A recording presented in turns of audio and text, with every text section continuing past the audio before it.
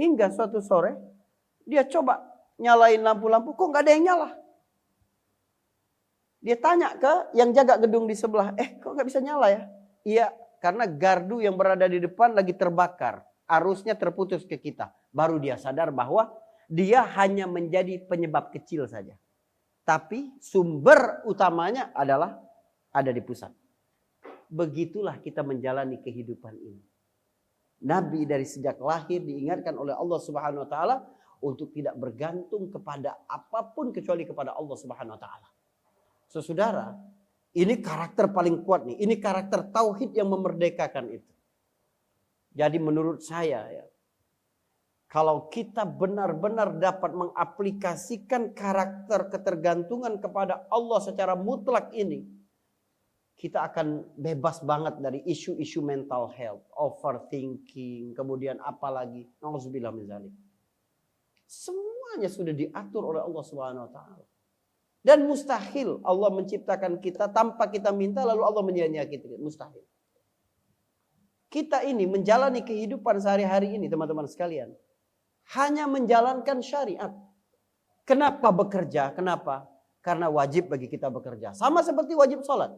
فَإِذَا قُضِيَتِ الصَّلَاةِ فَانْتَشِرُوا فِي الْأَرْضِ وَابْتَغُوا مِنْ فَضْلِ اللَّهِ. Allah nyuruh kita kerja setelah nyuruh kita sholat.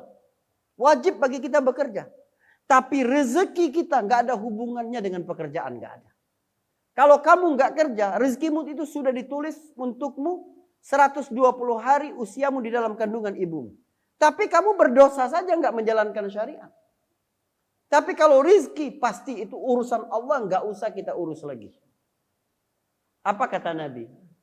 Lau haraba ibnu Adam min rizqihi kama yahrabu minal maut la adrakahu rizquhu kama yudrikuhul maut. Nabi menyamakan rizki seperti kematian. Kalau sekiranya anak Adam lari kabur dari rizkinya seperti dia lari dari kematiannya, rizki pasti akan tetap menemuinya sebagaimana kematian akan menemuinya. Dari sini, pulang dari sini, beli buku tulis paling tebal, tulis apa saja penyebab orang mati. Jantungan, stroke, keracunan, ditembak atasan, apalagi dilakban, terus virus, tulis semua tuh. Lalu misalnya ada seorang manusia yang ditempatkan di satu tempat yang steril, nggak bisa kuman masuk, virus masuk, dijaga 24 jam, nggak boleh ada yang membunuhnya, makanannya semua terjaga, gizinya, keseimbangan semuanya. Anda yakin nggak dia tetap mati? Nggak, semua sebab kematian pokoknya udah kita bisa singkirkan. Bakal mati apa nggak dia? Oh, tetap bakal mati Ustaz. Kenapa Anda yakin? Lalu ketika Nabi menyamakan rizki juga begitu, kenapa Anda nggak yakin? Anda mau lari gimana pun kalau sudah rizki Anda, wallahi bakal dapat. Sebagaimana kematian akan menemui Anda. Tapi kalau Anda percaya itu ya, dan Anda kalau merasa diri anak Adam, bukan keturunan monyet. Kalau Anda merasa anak Adam, Anda akan yakin itu. Karena Nabi menyamakan. Nabi itu nggak pernah bohong, nggak pernah. Jangan sampai kita ini kalah dengan orang musyrik yang gak beriman dengan Nabi tapi yakin apa yang diucapkan Nabi. Satu-satunya manusia yang pernah dibunuh Nabi adalah Ubay bin Ka'ab. Dan ini manusia paling buruk ya kalau dibunuh oleh Nabi. Jadi Nabi sedang beribadah di Masjidil Haram. Ubay ini datang dan bilang begini, "Sa'aqtuluka ya Muhammad. Aku bakal bunuh engkau Muhammad." Nabi menoleh. Lalu Nabi berkata, "Ana qatiluka insyaallah. Aku yang bakal bunuh engkau insyaallah." Pulang ke rumah takut, bicara sama istrinya gugup. Ya kata istrinya, ada apa? Tadi Muhammad bilang mau bunuh aku. Loh gimana ceritanya? Iya tadi aku ngancam dia mau bunuh dia. Dia bilang, ya wajar kamu ngancam dan dia ngancam. Enggak, kalau Muhammad ngomong sesuatu pasti kejadian. Subhanallah. Ini orang musyrik nih, percaya nih. Bertahun-tahun setelah peristiwa ini terjadi perang Uhud tahun ketiga Hijriah. Nabi sudah di Madinah. Ubay bin Ka'ab kena sedikit banget dari lemparan tombak Nabi atau anak panah Nabi. Sedikit. Lecet di bagian pundaknya saja. Dia berteriak sekuat tenaga sehingga para tokoh-tokoh Quraisy bilang, lebay lu gitu. Kamu berlebihan gitu. Biasa saja cuma terkena sedikit. Apa jawab Ubay bin Ka'ab? Tidak, demi Allah. Bahkan kalau Muhammad cuma bisa meludahku, aku akan mati. Kita umatnya yakin beliau Rasulullah dan tidak keluar dari mulutnya kecuali wahyu. Masa nggak yakin ketika Nabi berkata, kamu nggak bisa lari dari rezekimu, seperti kamu tidak bisa lari dari kematianmu. Subhanallah. Saudara, ini tentang bagaimana Allah menyiapkan Rasulullah SAW dan bagaimana kita dapat mencontoh itu. Energi banget kita mengikuti zero experience. Jalan kehidupan Nabi itu untuk menjadi kehidupan sehari-hari. Lalu ini karakter tauhid, kemerdekaan yang sesungguhnya. Lalu yang kedua misalnya, karakter Nabi itu dibentuk ketika masa kanak-kanak itu. Dia hidup di 5 rumah yang berbeda pada usia sangat dini. Itu luar biasa ya. Membentuk kemampuan adaptif dalam diri seseorang. Manusia itu yang cepat mati itu yang kaku kayak kanebo kering gitu. Anda kalau lentur, orangnya enak gitu ya, Anda bisa hidup dimanapun. Nabi itu tinggal di rumah yang berbeda dengan karakter yang berbeda, coba bayangkan. Itu belum umur 10 tahun. Nabi hidup di rumah ibunya Aminah. Nabi hidup di rumah ibu susunya yang pertama Suwaibah. Hamba saya punya Abu Lahab. Nabi hidup di rumah ibu susunya yang kedua Halimatus Sa'diyah di kampung. Nabi hidup di rumah kakeknya pemuka Quraisy, megapolitan, kota megapolitan pada waktu itu, ya, sebelum pindah ke IKN. Kemudian Nabi hidup di rumah pamannya dalam kehidupan prihatin dengan 10 orang anak, ekonomi terbatas. Coba bayangkan bagaimana Allah mendidik Rasul Shallallahu Alaihi Wasallam di tempat-tempat itu.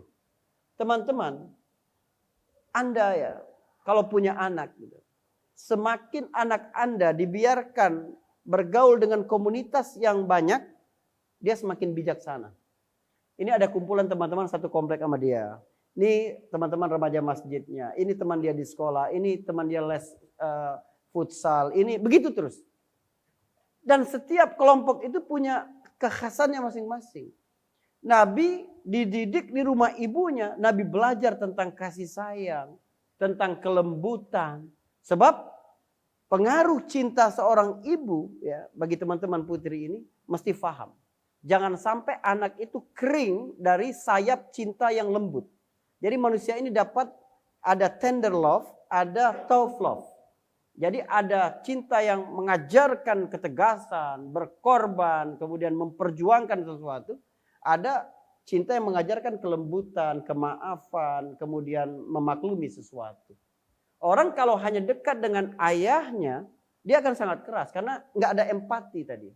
Sebaliknya kalau orang terlalu dekat dengan ibunya dan sosok ayahnya hilang, dia nggak enakan, menjadi pribadi yang nggak enakan, akhirnya mudah terpengaruh oleh yang lain karena nggak memiliki ketegasan. Ini harus berimbang itu. Nabi SAW dalam hidupnya walaupun yatim tapi nggak pernah kehilangan sosok ayah. Jadi yang bahaya dalam kehidupan itu bukan fatherless, tapi fatherhoodless. Tidak ada sosok ayah. Karena itu ada selalu dalam kehidupan Nabi sosok ayah. Lalu kemudian Nabi di rumah siapa? Suwaibah. Suwaibah adalah ibu susu. Udah habis waktunya ya. Ibu susu Nabi SAW yang pertama. Hamba sahaya itu. Artinya Nabi punya saudara sesusuan hamba sahaya. Karena anak hamba adalah hamba. Nabi punya saudara sesusuan namanya Masruh. Pada saat yang sama saudara sesusuan Nabi adalah Hamzah pamannya, anak pemuka Quraisy.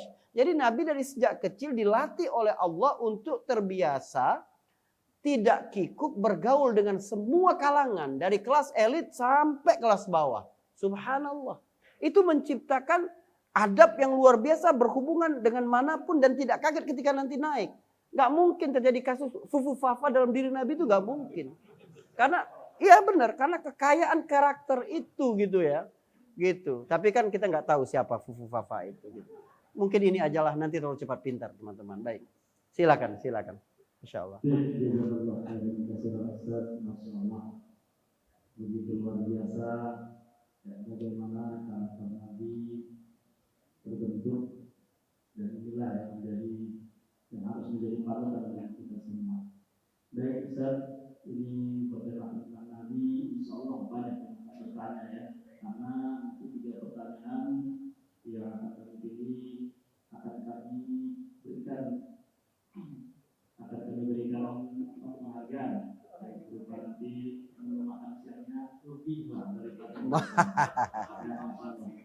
Baik, kami buka sesi tanya jawab para jemaah yang mungkin ada pertanyaan. Kami silakan dari sisi kanan dulu ya. Alhamdulillah.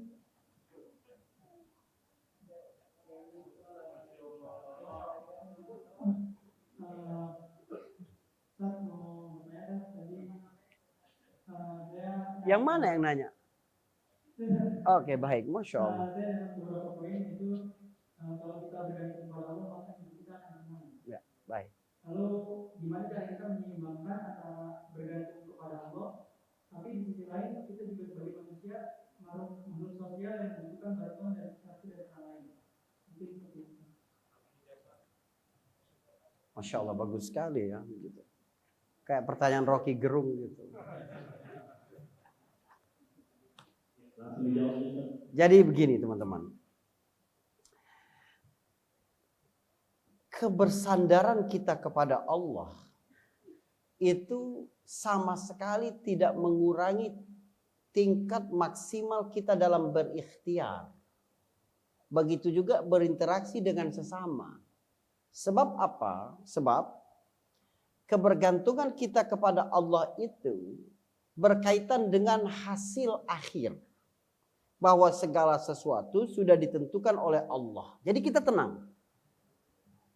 Ya, kata Ibrahim bin Adham kepada anaknya, "Nak, kamu nggak mungkin dapat merasakan manisnya iman sampai kamu pada kesadaran bahwa segala sesuatu yang menimpamu itu memang sudah dicatat sebelumnya.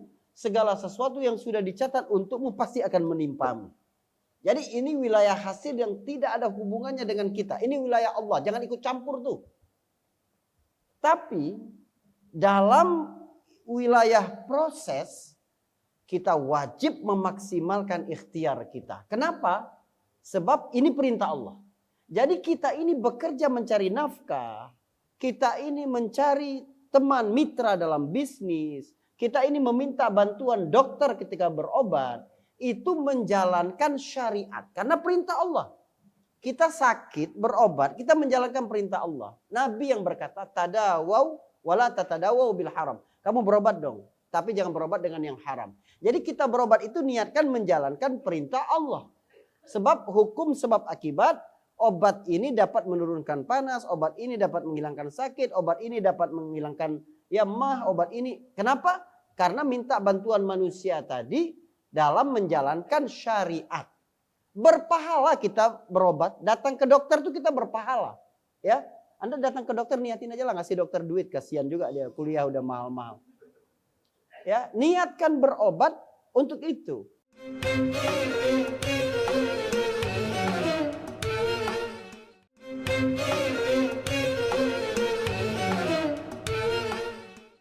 Tapi sembuh apa tidak Anda, itu urusan Allah. Jangan kita yang ngurus.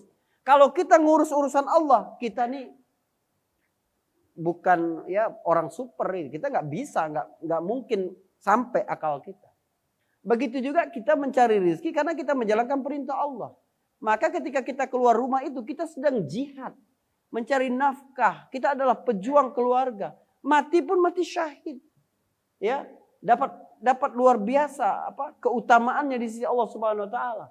Bahkan banyak amalan yang tidak bisa dihapus dosa karena amalan itu. Nggak bisa dihapus dosa kita oleh sholat. Banyak dosa yang tidak bisa dihapus oleh puasa. Banyak jenis-jenis dosa yang tidak bisa dihapus dengan baca Quran. Tapi bisa dihapus karena kesusahan mencari nafkah. Kesusahan dalam rumah tangga. Kejar itunya. Tapi berapa kita dapat itu urusan Allah. Jangan kita yang ngurus. Jadi maksimalkan pada wilayah proses. Anda kenal siapa, tapi nggak boleh nebeng orangnya. Benar-benar ini harus profesional gitu. Ya, apa muamalah yang bisa Anda lakukan dalam bentuk jasa atau barang yang ditawarkan atau apa gitu. Selagi tidak melanggar perintah syariat, kita dapat pahala di situ. Jadi ketika kita berobat dan tidak sembuh, kita dapat pahala tetap. Jadi orang mukmin itu dia fokus kepada proses. Sehingga kebahagiaan itu nggak pernah delay dalam kehidupan dia, tuh nggak delay. Optimisme orang barat itu ada delaynya. Optimisme orang barat itu berbunyi begini. Seburuk apapun hari ini, besok akan lebih baik. Kan besok. Bagi orang yang sedang dilanda ketakutan, kecemasan, sepanjang malam itu walaupun cuma 8 jam itu panjang banget. Iya kan? Bagi orang mukmin tidak begitu. Seburuk apapun hari ini, pasti ada kebaikan di situ. Fa inna ma'al usri yusra. Ada langsung di situ. Bahwa masalah yang tidak dapat melemahkanmu, pasti dia jadi imun yang membuatmu lebih kuat menghadapi masalah yang lebih lagi. Jadi kita melihat berbagai hikmah, pelajaran-pelajaran, ya, kebaikan di balik setiap peristiwa-peristiwa yang menimpa kehidupan kita. Namun kita bagi mana wilayah kita dan mana wilayah Allah. Begitu kira-kira. Baik. Baik, pertanyaan kedua. Assalamualaikum warahmatullahi wabarakatuh. Waalaikumsalam warahmatullahi wabarakatuh. Ini Ustaz, mengenai sikap kita. Terkadang kita atau kebanyakan orang takut akan masa depan. Baik. Apalagi dengan kondisi saat ini. Baik, baik. Ekonomi global turun, PHK di mana-mana, gaji makin tidak cukup. Terus sikap kita itu yang baiknya itu seperti apa? Ada satu orang lagi yang bersikap masa bodoh akan masa depan. Dia cuek aja, mau ekonomi Indonesia turun, mau perang dunia ketiga, kayak mau apa, cuek aja. Yeah. Nah, sikap yang baik itu seperti apa? Kita khawatir akan masa depan dengan beberapa indikator, kalau kita cuek aja. Terus biasa yang waktu. Yang kedua, gimana sikap? Masya Allah. Ya, satu dulu ya. Baik, baik. Karena waktu kita terbatas. Baik. Baik. Teman-teman sekalian, manusia yang paling malang itu ya, manusia yang tidak sempat menikmati hari ini karena meratapi masa lalu dan mengkhawatirkan masa depan. Udah selesai itu. Sampai Anda nggak melihat nikmat-nikmat Allah pada hari ini. Nabi bilang begini. Ini penting banget tentang balancing life. Nabi bilang begini. Idza asbaha ahadukum aminan fi sirbihi mu'afan fi jasadihi wa indahu qutu yaumihi faka'annama hizat lahu dunya. Siapa yang bangun pagi memulai hari, badannya sehat, lingkungannya tenang, damai, keluarganya damai, rukun, dan dia punya cukup makan untuk hari ini. Nabi nggak berkata untuk seminggu, untuk sebulan, tidak. Untuk hari ini saja. Maka seperti Allah sudah berikan dunia kepada dia semua. Jadi dalam urusan keduniaan, kita cukup untuk memikirkan hari ini saja. Karena Allah Subhanahu wa ta'ala telah menjamin setiap rizki bagi umat manusia. Allah gak mungkin mencabut umur seseorang kalau masih ada rizki dia. Kita ini ya, pada umur 120 hari dalam kandungan, Allah sudah tentukan rizkinya. Iya kan? Rizki saya cetakannya segini, gitu kan? Terus antum segini, ada yang lagi segini, ada yang lebih besar. Allah gak mungkin mencabut nyawa saya sebelum ini penuh dulu. Makanya banyak orang yang sudah divonis oleh dokter, umurnya tinggal 3 hari, tinggal 5 hari. Sampai 2 tahun terbaring di pendingin rumah sakit. Karena masih ada rezeki dia. Koma berbulan-bulan tiba-tiba sadar merasa haus. Oh senang sekali keluarganya. Lalu dikasih minum 1 sendok lalu meninggal dunia. Karena masih ada 1 sendok air tadi. Selain oksigen masih ada itu. Jadi jangan khawatir pada hal-hal yang menjadi urusan Allah. Urusan kita apa? Mencari rizki. Bekerja, bermuamalah, berdagang, meniti karir, itu urusan kita. Karena urusan kita, maka kita ini cuma diwajibkan yang mampu bagi kita. Kita makin tua, makin lemah, ya udah semampu kita aja. Namun mencari rizki memberi rizki bukan tugasmu, tugas Allah. Tugas kita ini sudah, apa yang mampu bagi kita. Keilmuan kita, tenaga kita, waktu kita sebatas apa, itu aja yang diwajibkan untuk kita.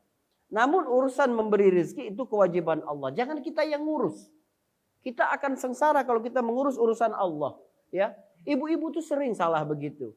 Baru jemur pakaian, baru dijemur sebentar, hujan. Wah, ya hujan. Kenapa susah? Kenapa? Karena nurunin hujan itu urusan Allah.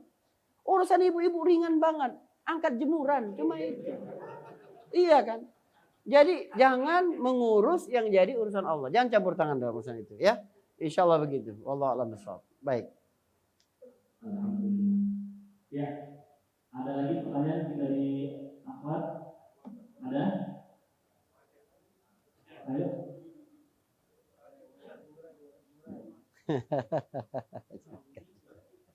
Ayo, ada lagi? Mungkin zaman yang lain dari Ahmad? Ada ya?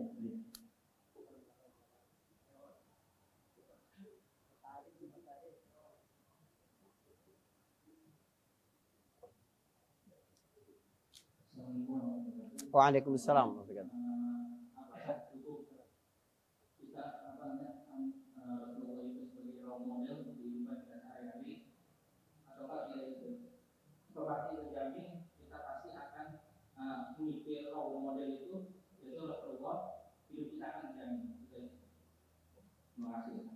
Waalaikumsalam.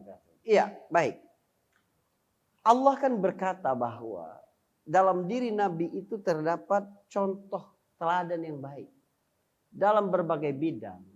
Jadi secara nas dia sudah terbukti di dalam Al-Quran yang benar firman Allah bahwa dia adalah teladan. Dan secara realita nggak bisa dibantah ya teman-teman. Opini bisa dibantah, realita nggak bisa dibantah. Bagaimana kesuksesan dalam kehidupan Nabi SAW. Jadi Nabi itu menjalani banyak peran dan di setiap perannya Nabi sukses. Nabi ketika mengembala kambing, Nabi sukses. Ketika dia berdagang, harta Khadijah menjadi karyawan pada pertama-tama, dia sukses. Ketika dia jadi mitra, waktu hartanya sudah banyak, udah menikah dengan Khadijah, dia sukses. Ketika dia menjalankan harta orang lain, jadi CEO dalam sebuah holding dagang bersama As-Sa'ib ibnu Abi Sa'ib, dia sukses. Ketika dia menjadi kepala pemerintahan di Madinah, dia sukses. Itu terbukti, diakui oleh sejarawan-sejarawan dunia. Ya, ada sejarawan terkenal Prancis itu namanya Gustave Le Bon. Le Bon ini pernah menyesal Prancis nggak pernah dimasukin oleh pasukan Islam. Kalau nggak itu pasti lebih maju dari sekarang katanya. Kenapa pasukan Islam cuma batas Spanyol? Dia berkata abad ke-6 Masehi itu, akhir abad ke-6 dan awal abad ke-7 itu adalah abad pesimisme. Nggak tahu manusia itu akan seperti apa. Waktu itu memang benar-benar keadaan sangat gelap.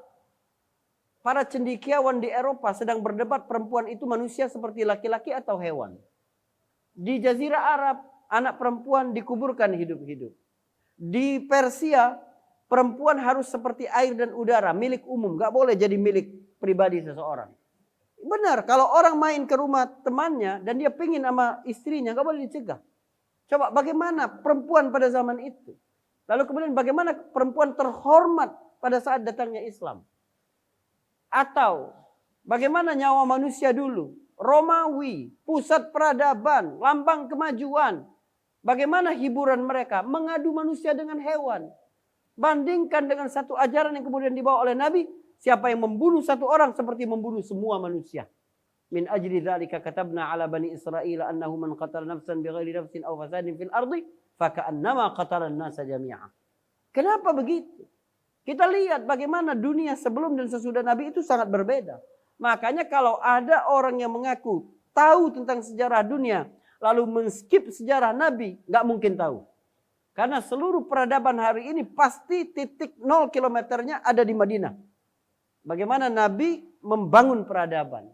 Bagaimana orang-orang mencontoh itu. Bagaimana ilmuwan-ilmuwan lahir dari generasi dari peradaban Iqra ini. Itu Islam. Dunia ini nggak ada apa-apanya. Serem sekali dunia ini kalau membayangkan tanpa Islam. Tapi ya gitu. Bagaimana karena kita tidak menguasai peradaban. Lalu kemudian sejarah disajikan dengan tidak adil. Padahal peran Islam sangat besar itu. Jadi memang contoh paling baik. Apa? Mau jadi apa Anda? Bahkan saya bilang begini. Untuk menjadi suami yang sukses. Contoh Nabi. Coba kenapa begitu? Karena Nabi pernah menjalankan rumah tangga monogami, pernah menjalankan keluarga poligami, dan sukses dua-duanya. Jadi kalau Anda poligami contoh Nabi, kalau Anda monogami contoh Nabi. Gitu. Tapi ingat, Anda contoh Nabi benar-benar tuh. Nabi itu monogaminya 25 tahun bersama Khadijah. Setelah Khadijah wafat baru poligami 12 tahun setengah. Jadi 2/3 dari kehidupan rumah tangga Nabi itu monogami, bukan poligami. Jadi ibu-ibu kalau suamimu minta nikah lagi, alasannya ikut sunnah Nabi, bilang ke dia, ikut sirah Ustaz Faris. Tuh, sunnah 2/3. Itu monogami. Yang poligami itu sunnah sepertiganya gitu loh. Sepertiga cuma kehidupan rumah tangga Nabi itu poligami. Atau menjadi suami yang sukses bagi bermacam-macam karakter perempuan. Jadi kalau ada orang datang, Ustaz istri saya itu masih kekanak-kanakan banget. Contoh Nabi karena menikah dengan Aisyah pada umur 9 tahun itu. Ustaz istri saya dia udah ngerti agama dari lahir, dari kecil. Contoh Nabi karena menikah dengan putri Abu Bakar dan putri Umar. Ustaz istri saya nggak kenal dengan Islam sebelum ini. Contoh Nabi karena dia menikah dengan Safiyah dari Yahudi dan Maria dari Nasrani. Ustaz istri saya cuek banget. Contoh Nabi yang menikah dengan Saudah binti Zum'ah. Ustaz begitu terus. Jadi dalam satu peran saja sebagai suami, Anda dapat mencontoh betapa suksesnya Rasul Shallallahu Alaihi Wasallam. Jadi kalau orang kenal dengan Nabi, malu dia melihat role model lain dalam kehidupan. Wallahu a'lam bishawab. Baik. Alhamdulillah, Masya Allah, Barakallah. Demikian tadi ya penjelasan dari Ustaz Ahmad Faris. Mudah-mudahan ini betul-betul menjadi bahwa bagi Muhammad itu suri tawaran kita. Amin amin ya rabbal alamin. Baik, sudah ada 3 penanya tadi. Untuk itu kepada DKM untuk bisa memberikan penghargaannya.